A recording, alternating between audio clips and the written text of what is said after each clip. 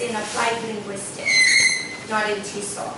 So Applied Linguistics is a little bit different. Do you know the difference? Do you know what Applied Linguistics is? Any idea? I have translated into Vietnamese, but I don't know what it is like in English. I have to study more about language, but TESOL just method. Okay. Yeah. Usually people have that idea that Applied Linguistics, because of the word linguistics, we think of a lot of syntax and breaking down the language and studying the language a lot. They think that it's the application of linguistics. But in fact, what it is the theory and methods of learning and teaching languages in general. So not just focused on English. Whereas TESOL is just focused on how do we teach English. So that's learning and teaching. Languages in general. So this book would be typical in a Applied Linguistics course because they give a lot of examples from Italian and Spanish and people acquiring different languages, not just English, right? So they're talking about second language in general, not just English. So we need to always kind of make some changes, some adaptations for our situation here, right? Because we're thinking of Vietnamese speakers learning English. So we always have to do that, right? We always have to make some adaptations to the textbook or to the content to make it fit our situation. And I'd like you to keep that in mind too. Yesterday I said that as students in a master's class, I always like you to think of things on two different levels.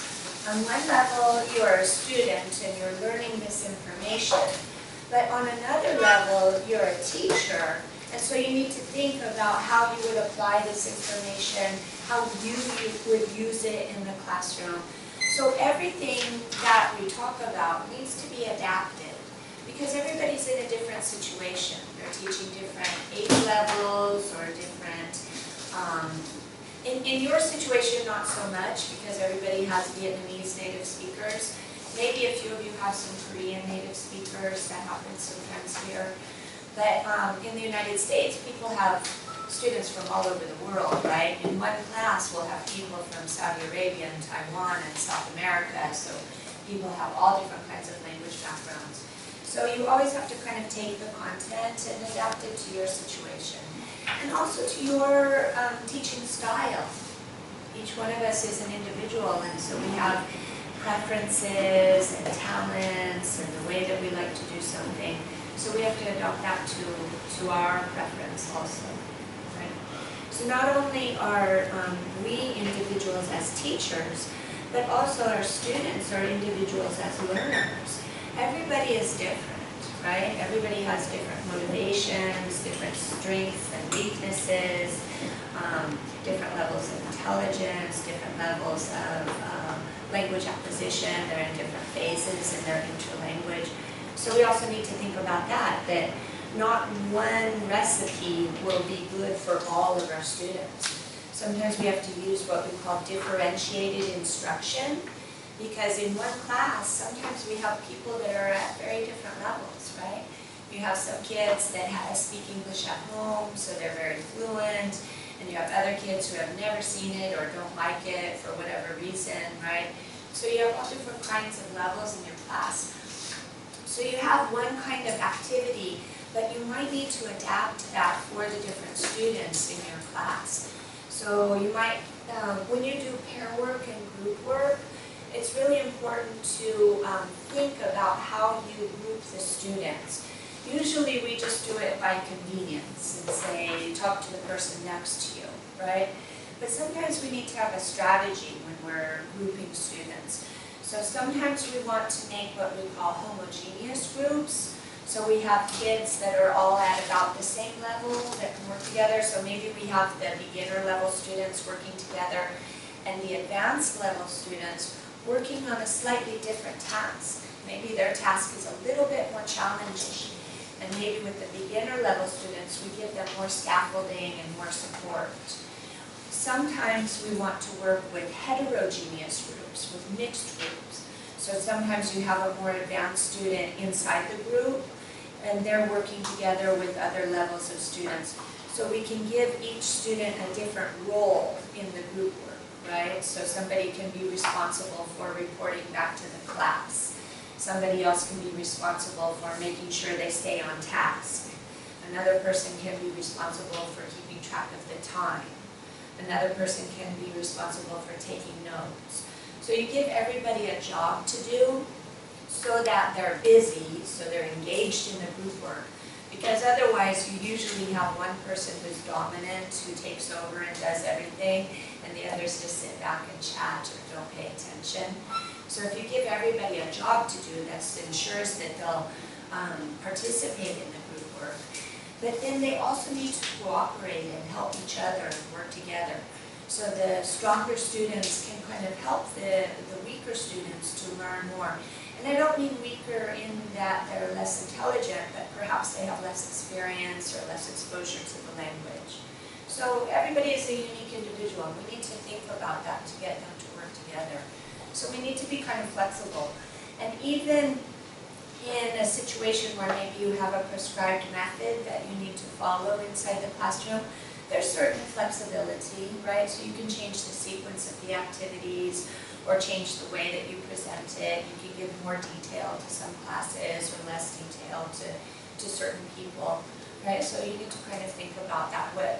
How flexible can you be inside of your method and your requirements, right? You need to follow the syllabus and finish everything.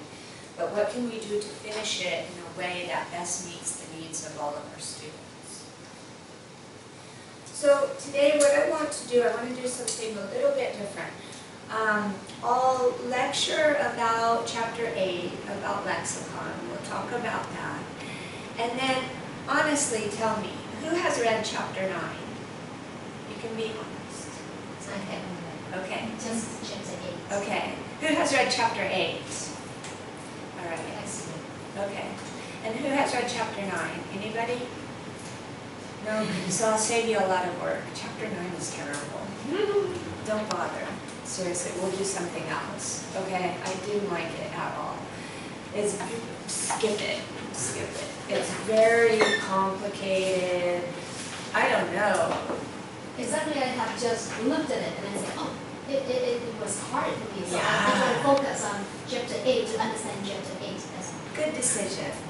Excellent idea. Yeah. Chapter 9 is confusing. I don't know what point he's trying to make. Too many people talk about different hypotheses. Maybe that's the problem. Maybe because they have 3 authors, there's too many people talking and they don't have a clear agenda or something. A lot of hypotheses that I've never heard of before, honestly, in all of my studies I've never seen, so I don't think they're that important, right? I mean, everything I've read, I've never seen these before. So I think it's not something that you need to spend your time focusing on. So what I would like to do instead, after I finish lecturing about Chapter 8, then we'll do some conversation and discussion to get you guys involved and talking, and we'll review some of the topics that we've talked about so far that I think are important and give you an opportunity to kind of remember and internalize this content, and we'll talk about it. Okay? All right, good. And then what I'll do then with the next chapters coming up is I'll go ahead and read them, and as I told you at the beginning of the week, I didn't expect you to have them read, of course, because we're looking ahead now, right? So tomorrow we'll be looking at content from week 5, and the day after we'll be looking at content from week 6. So I'll take a very detailed look at the chapters, and then I'll make a decision whether you should read it or not. Maybe I can scale it back a little bit, so you don't need to read the whole chapter. Maybe I'll choose some pages and say, read these 5-10 pages instead of the whole thing. Maybe I'll find an article that's better, that's easier to read, that's clearer, something like that, okay? Thank you. All right. I appreciate it. You're welcome. You're welcome. Good. All right, and then also we needed to talk a little bit about CLA 1. We had to go back to hypothesis 3, right? We left a question pending from that, from yesterday, remember? So the question was on number 3, right? Do you agree that one acquires all forms in the second language in a particular order, regardless of input? And I said we would talk about this more today because this really pertains to chapter 8, right? So, also, I think it will be a good idea for us in the next few days to continue talking about the other CLA and the other PAs, right? Let's get a really clear idea of what's expected, what you need to do to write about those. Even though you haven't read the chapters yet, I'll do what I can while I'm here to help you to make it clearer, okay? So we'll continue to talk about that and maybe look ahead at the discussion questions and see if there's any doubt there too. So first of all, just answer the very first question. Do you agree that one acquires all forms, and by forms we mean the morphemes, remember, in a second language in a particular order? That means the morpheme order studies. Do you agree that that transfers to second language? When somebody's learning a second language, they learn these in a particular order, regardless of what kind of input they get. If they're living in an English environment, or they're living in a foreign language environment, or there's different kinds of input, different kinds of teachers, different kinds of textbooks, different amount of exposure. Do you agree or disagree with this statement? The morpheme order studies that the first thing you study is the present progressive. And then I don't know which one. Okay, just a little clarification. The morpheme order study said the first thing that native speaker children acquire is present progressive. Not necessarily the first thing they study, because children aren't studying, they're acquiring the language, right? And so we still do use this terminology from Krashen, even though the research doesn't really support it. I like this distinction, right, of acquisition and a natural environment and learning for study, right? So the morpheme order studies were a study of native speaker children acquiring English. And what they found was that these children acquired these morphemes in a set order. So could you please show us the morpheme order one more time? It seems that we cannot remember all. Yeah, sure. Let me find that. I think that was in chapter 5 or 6. 5, I think. Is that it? Yeah. Can you see it? Yeah. Do I need to turn off this light? Is that better for you? Thank you. So according to this study from Dulay and Burt and also Brown, found the same kind of thing, that children in their L1 in English learn English in this order. And they learn another language in this order too? Right, so, well, we don't know. That's their hypothesis, right? That's their hypothesis. If this is way children learn English, then remember the L1 equals L2 hypothesis? So they think that then people who are acquiring English as a second language might also acquire the language, acquire means naturally, in this same order. So let's say you're a Vietnamese child, you go and live in the United States, you start being exposed to English from your friends and in kindergarten, things like that. So naturally the child is going to start using present progressive first. This is the L1 equals L2 hypothesis. In your opinion, do you agree with this? Do you think this would happen? Not sure. I have no idea how L1 students study the language, but as a learner and as a student, I just didn't care or that the teacher is talking to us. We just follow the lesson. These 10 principles seem to be like about grammar, grammatical restraint. So if we could personally thinking, if a teacher, I would just present tense first and then go to Okay. Alright. That she as a student, she didn't really care. It doesn't matter. You just learn what the teacher teaches you. Right? So if they teach you present progressive, fine. If they teach you present simple, fine.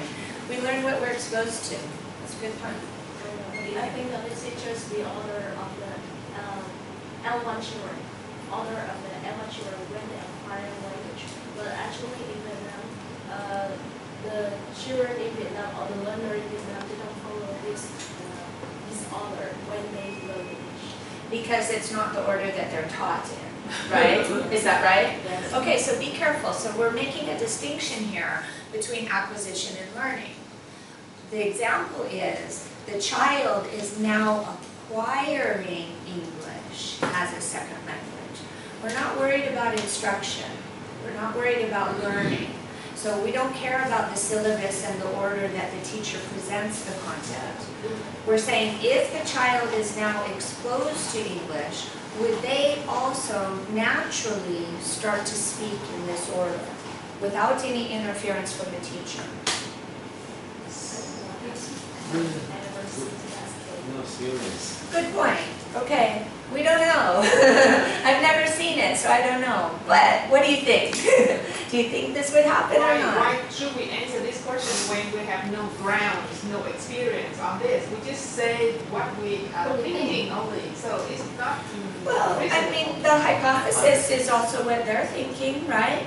Dulé and Burt observed children learning English as a first language, and then they made this hypothesis. They made this conjecture. We're trying to understand second language acquisition. That's the reason for this whole course. How does it happen? How do people learn another language? How do they learn the vocabulary? How do they learn the grammar? Do they transfer their L1? What are the factors that influence second language acquisition? So in order to be a scientist, we need to make hypotheses. We make guesses. We don't know, we make a guess, and then we go out and we do some research to see if that's the truth or not. So that's what Dulé and Burt did. They created this hypothesis. They said L1 equals L2. They didn't know either, just like you. They didn't observe systematically children acquiring English as a second language. So they think it's the same. Do you agree or disagree? So it would be not disagree. Okay, why? Because they're based on the native American children. But because in Vietnam and I think in our country we have different culture, background, way of learning. So I think maybe we all study these lists, these items in the list in the morphemes, but maybe the order is a little bit different. Okay, very nice. So this is the way that you should structure your argument. You should say, Dulé and Burt made this hypothesis. They observed that children acquiring their first language learned in this order, and they came up with the L1 equals L2 hypothesis. However, I disagree with this hypothesis because I think, for example, in our situation in Vietnam, there are so many different variables that influence the child's language acquisition, or adult or teenager, who's ever acquiring the second language, that it can't be the same. The culture is different, the environment is different, the amount of exposure is different, the type of exposure is different. So you give these examples to support your argument. It's your opinion. Do you agree or disagree? And then support your argument with why. You substantiate it. Give evidence. Why do you think this is so? For example, in Vietnam we don't have the word water and past regular or simple present as after simple present. Okay. So this order cannot apply to these children. Okay, but we're talking about children learning English, right? So they're going to learn English as a second language. So what you're saying is, so your argument will be different, right? Everybody's paper is going to be different. So what you're going to say is, I disagree with the L1 equals L2 hypothesis because I believe in language transfer. I think that students, when they learn an L2, they transfer some components from their L1 to their L2. And for example, in Vietnamese, we don't have the plural marker as, we don't have whatever other things. So therefore, I think that children will acquire English in a different order because they have a different background from their L1. So they're going to come at it thinking about it differently. So therefore, I disagree. I don't think L1 equals L2 acquisition. Do you see the kind of argument that you need to develop? Yeah? Well, Excuse me. go ahead. I just think that they just talk about one second language. They didn't mention about L1 or L2. So how do we know that they're talking about L1 versus L2? Let's look at the question again. So the question is, In the second language, right? well, so that's a good point. So I'm making an interpretation here, right? We need to interpret the question. What is this question really asking, right? It doesn't clearly say, it doesn't say anything about morpheme order studies. It doesn't say Dulé and Bert. It doesn't say first language. So I'm making this assumption in my mind, right? Why am I making this assumption? It says, do you agree that one acquires all forms in a second language in a particular order? So in the particular order, this is my cue to think about the morpheme order studies. This is the only thing we've read that says that we learn a language in a specific order, correct? Do you have any other evidence that shows that we learn in a certain order? Did we read anything else about that? So this word order is what indicates to me that I need to think about the morpheme order studies. So you need to go back, and I know that morpheme order studies were done on first language acquisition. So that's how I make the conclusion, because they're asking about second language here, right? But I need to make a comparison between the morpheme order studies and second language acquisition. Do you see the reasoning? So the question is difficult, right? It's hard, it's not clear. This is an important question. We're going to talk a little bit about vocabulary teaching strategies today, right? Strategies are techniques to do something. So I said the other day that we have strategies for everything. We have strategies for teaching, listening, speaking, reading, everything. We also have test-taking strategies, right? So you have to learn how to interpret questions, right? What are they asking? What are they trying to get at? You know, you need to think about the author. What kind of questions do they usually ask? What kind of questions, like if you're going to take the TOEFL or IELTS exam, right? You have to learn the strategy. Is it bad if you mark an answer and get a point taken off? Is it better to skip it? Or is it better to make a guess? Right? These are all strategies with taking a test. You need to look at the time management. Okay, I have 50 questions and I have 1 hour. That means I can spend about 1 minute on each question, right? These are all test-taking strategies. So the interpretation of the question is a strategy that needs to be developed. You have to stop and look at it, analyze it. What are they really asking here? What are they getting at? Okay? Yeah. If we use the order in the natural hypothesis, Say it again, I didn't understand. because the first brackets are part of the natural order hypothesis, but actually not the morpheme. Okay, well, isn't the natural order similar? Isn't it the same kind of thing, the natural order hypothesis? Do you know where it is in the textbook? Do you remember? Isn't it similar to the morpheme order studies?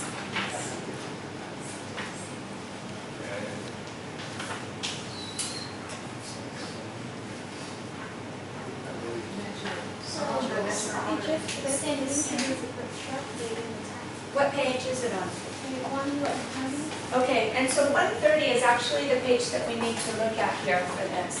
It says up here on page 136, but 136 is just this question. This question was taken directly from the textbook, right? So actually the information that we need about time, focus on form, and knowing the rules is on page 130. So let's look at that, because that's the second step in the question. So at the very top, it talks about the natural order hypothesis. According to this part of the monitor model, elements of a language or language rules are acquired in a particular order. The order is the same regardless of whether or not instruction is involved. The natural order was determined by a synthesis of the results of the morpheme order studies. Okay? So Krashen came up with the natural order hypothesis as a result of these studies by Brown and Dulé and Burt. He saw their research, and then he came up with the natural order hypothesis. Okay? So he saw their results, that they saw that children learn in a specific order, so he came up with this natural order hypothesis. Okay? So that's based on the morpheme order studies. The morphemes themselves don't matter. It doesn't matter. The idea is that people learn in a specific order. There's a specific order of morphemes. In your argument, you're going to talk about the specific morphemes because you said L1 is not equal to L2. So in our L1, they don't have these specific morphemes. So therefore, I think children will have difficulty acquiring those morphemes. They won't do it in the same order. But you don't necessarily need to talk about the specific morphemes. The most important concept here is that they occur in a specific order, whatever they are. Okay? So we can just take some example from the morpheme order study, just to give some example. We don't have to go by. Absolutely not, yeah.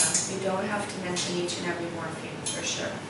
And it depends on your argument whether you need to mention it or not. Because in his example, he was talking about variables like culture and language and input, so he doesn't even need to mention them. He doesn't need to give examples of specific morphemes. So it depends on your argument. Her argument is based on the morphemes. Do you understand? Does it need to be English or other languages? What? Does it need to be English or other languages? English, right? Yeah. Here they're talking about a second language in general, but we know that our concern is about people learning English as a second language.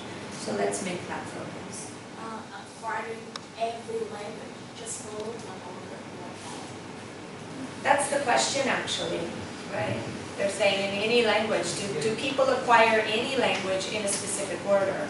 So maybe they acquire French in a specific order. The order might be different than English, but there is an order to it.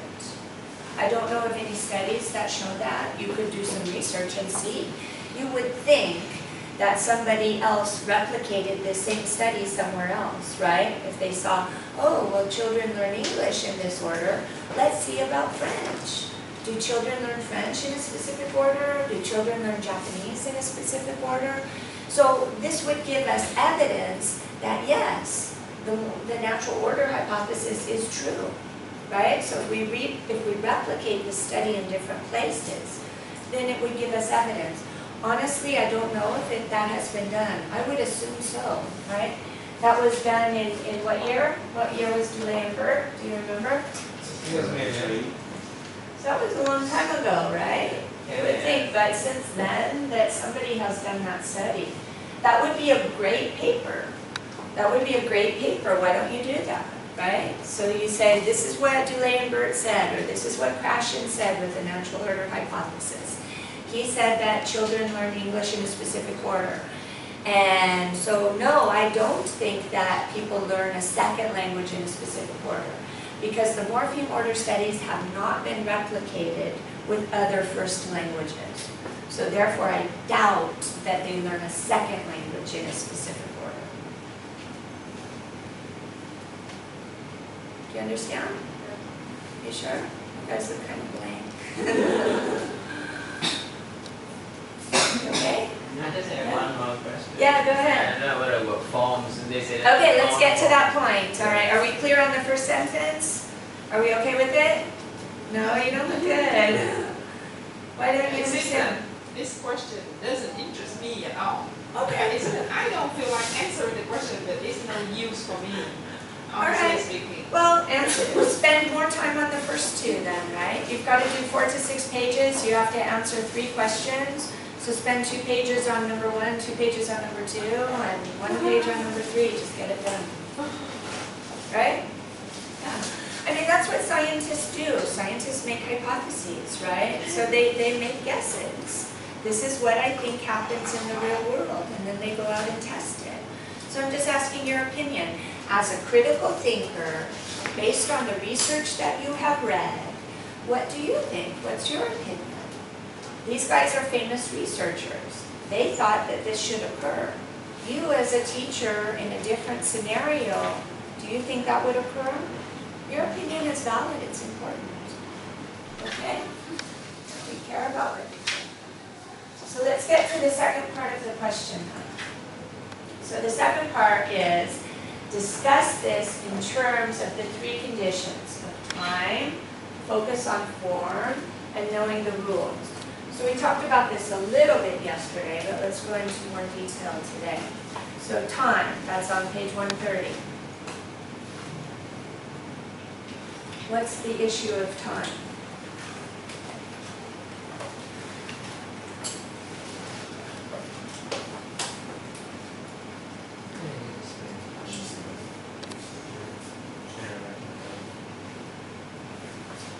Come on guys, there's one sentence there. What's the idea of time here?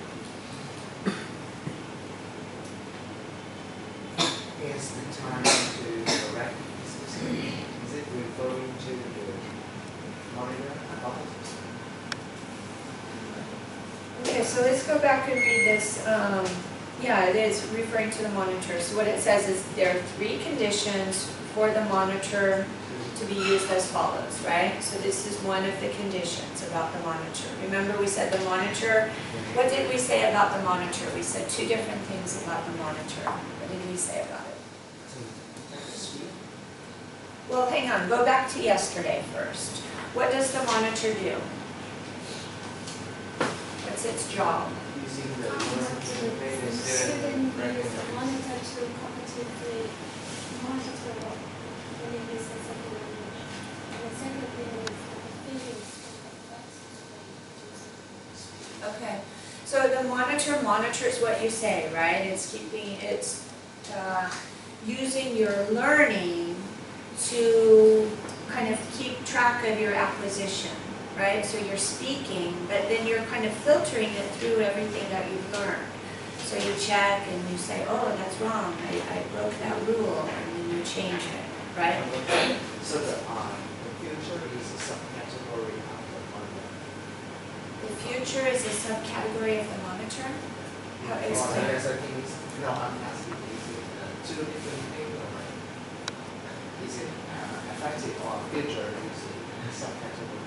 Oh, is the effective filter different than the monitor?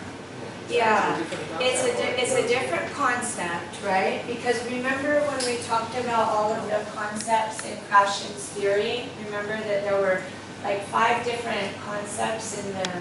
Yes, I don't think it's under, it's just like This is Krashen's monitor model, right?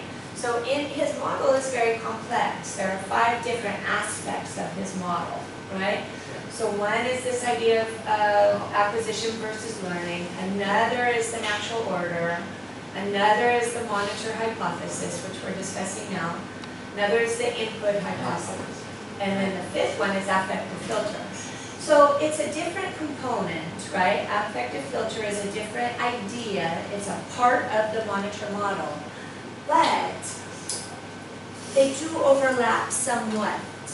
Because, as you said, if your affective filter is high, your monitor is really interfering with your production, right? So if you're really monitoring your language, it's because you're conscious, you're aware of what you're saying. Remember that the difference between acquisition and learning is that acquisition is kind of a subconscious process. It's natural. Children, when they learn language, they don't think about it. They don't think, oh, this is a noun, this is a verb, the words go in this order. It's subconscious, it's natural. And the monitor is part of our conscious mind. And so when the conscious mind interferes with the subconscious mind, it slows it down. So that does affect the affective filter a little bit. Because when you start to monitor yourself, and then you start to slow down in your speech, because you really start to monitor, you think you're making mistakes, maybe that makes you more nervous or more anxious, because you're trying to produce, but you feel like you're not fluent. Okay? So it does overlap, but it's a separate idea. And it really overlaps in this concept of time, right? So time, inside here, under the monitor hypothesis, we would have these three subcategories, right? We would have A, B, C under the monitor model. And the A, B, C are time, focus on form, and know the rules, right? So the first one being time, learners need time to consciously think about and use the rules available to them in their learning system. Dr. Julie, so Yeah. the second sentence is said, discuss this in terms of the three conditions. So basically, you have to answer the first sentence based on these three criteria. It's not like I cannot write anything. Yeah, you need to mention these, right? You But need it's like two different parts, or they go together. Okay, so let's go back to their two examples. So in their examples, I asked you very first, do you agree or disagree with that statement? The statement being that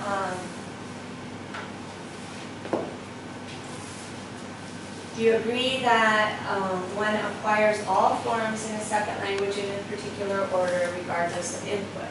So she's going to say, I disagree. I disagree because I think that L1 does not equal L2. In our situation in Vietnam, we don't have the third person plural marker. So therefore, children are not going to acquire in the same order. And then we go to talking about these three. So can you reflect on these? How does time influence it? How does focus on form influence it? How does know the rules influence it? So let's do that. Let's follow her example through. Let's finish it, okay? So how would time come into play in this example? What do you think? Some simple rules, some simple steps. We don't need much time to spend on it to think about the rules or something like that. So we can use it more fluid. But some steps in the order, like so confused, so complicated. So we have to use much time to think about that. Okay. All right, perfect. Did you hear? Do you agree? Is that okay? So let's go through with your example. Your example was about the environment being different, right? You're not talking about the morpheme specifically, but you're saying this is a completely different context. So in your situation, what could you say about time? Or can you help them? Can you come up with some ideas? So I think when actual students study active form of the verb, it's easier for them to study passive verb. So by the time they will take a less time to study active form. Okay, that's similar to what she said, right? Can you think of is there anything else? I think according to the culture, some country, they are not afraid of shying or something. They will speak naturally. Okay? They are not afraid of incorrecting or something like that. Okay? So they spend a little time. But some maybe conservative culture, they need correction. So they have much time in speaking and think about rules or something like that. Excellent, excellent, exactly, right? So in this culture, right, people might feel a certain pressure to perform. Maybe their parents are really pressing them to perform, so they feel like they need to be in a hurry to study or something. Or in this culture, you need to be very polite to your teachers or to your elders. So students might need to take a lot of time to process a response to somebody in a second language. So taking the variables that he mentioned, how might time interact with these variables? Okay? So this is her idea. Maybe your idea will be different. She gave another idea, right? So you need to think about it. And according to your argument, it's the context of being in Vietnam. So what about the context here will influence time in terms of like consciously thinking about the rules that they have to apply in a specific situation. We talked a little bit about social linguistics, right? You have to choose the right word to use in the right situation. You want to use polite forms in certain situations. In other situations, you can be more direct with your speech, right? In Vietnamese, in general, I assume that you need to be kind of indirect, you need to be polite, right? And we'll maybe beat around the bush a little bit. Whereas in English, English has a very direct culture, right? Not only is the culture very direct, but the language is also direct. The language reflects the culture. We tell people what we're thinking. We give them feedback. We say it. We don't really feel afraid to do that, right? Because we really value feedback and we think it's very important to be honest. Whereas here, people might be afraid that they're going to offend somebody. So they need to take time to think about the form that they will use. So that leads us into the next one, okay? So they have to take more conscious time to think about, and it's going to when you're taking a long time to speak, your monitor is really active, right? You're really thinking about what you know about the language and how to use it. So we're going to choose the appropriate form based on the situation, based on the context, based on the culture, based on who you're talking to. So let's look at form in her example. So she's talking about the morphemes. So that was already clear in her example, right? She talked about form. She said that in the L1, we don't have some of these morphemes. So therefore, I doubt that students will acquire English in the same order as native speaker children because we don't have those morphemes. We don't have that form. All right? Is that clear? Number 3, know the rule. In order to apply the rule, one has to know it. In other words, one has to have an appropriate learning system in order to apply it. Well, same thing, right? So you have to know the rule for how to apply this form. Or you have to know the rule for how to speak in a specific situation. So based on the social cultural context, you have to know whether you need to be polite or you can be direct. So that's going to influence how you interpret, how you decide on which form to use. So they overlap a lot. You can answer that part of the question in maybe 2 or 3 sentences. All right? The main part of it is your argument. The main part is the first question. Do you agree or disagree? Why? Okay? You take your stance, take your opinion, and say, I think most of you, it sounds like most of you disagree, right? And state why you disagree with that. She gave the example of Vietnamese as an L1. He gave the example of the context. You might come up with other ideas as to why you disagree. We came up with the other idea that maybe this study hasn't been replicated in other languages. There could be other reasons, right? So everybody will have a different reason. So you explain your reason, why you disagree, and then talk a little bit about how time, form, and rule combine with your reason. Okay? Any more questions about that? Not sure. Okay. Just get it. You did it. Okay. Well, this paper is due this Sunday, right? So maybe you should start working on it, right? Yeah? You've done your discussion questions for yesterday. You need to start working on this. So start working on it, right? And then if you have more questions tomorrow or the next day or Saturday, please feel free to bring them up, right?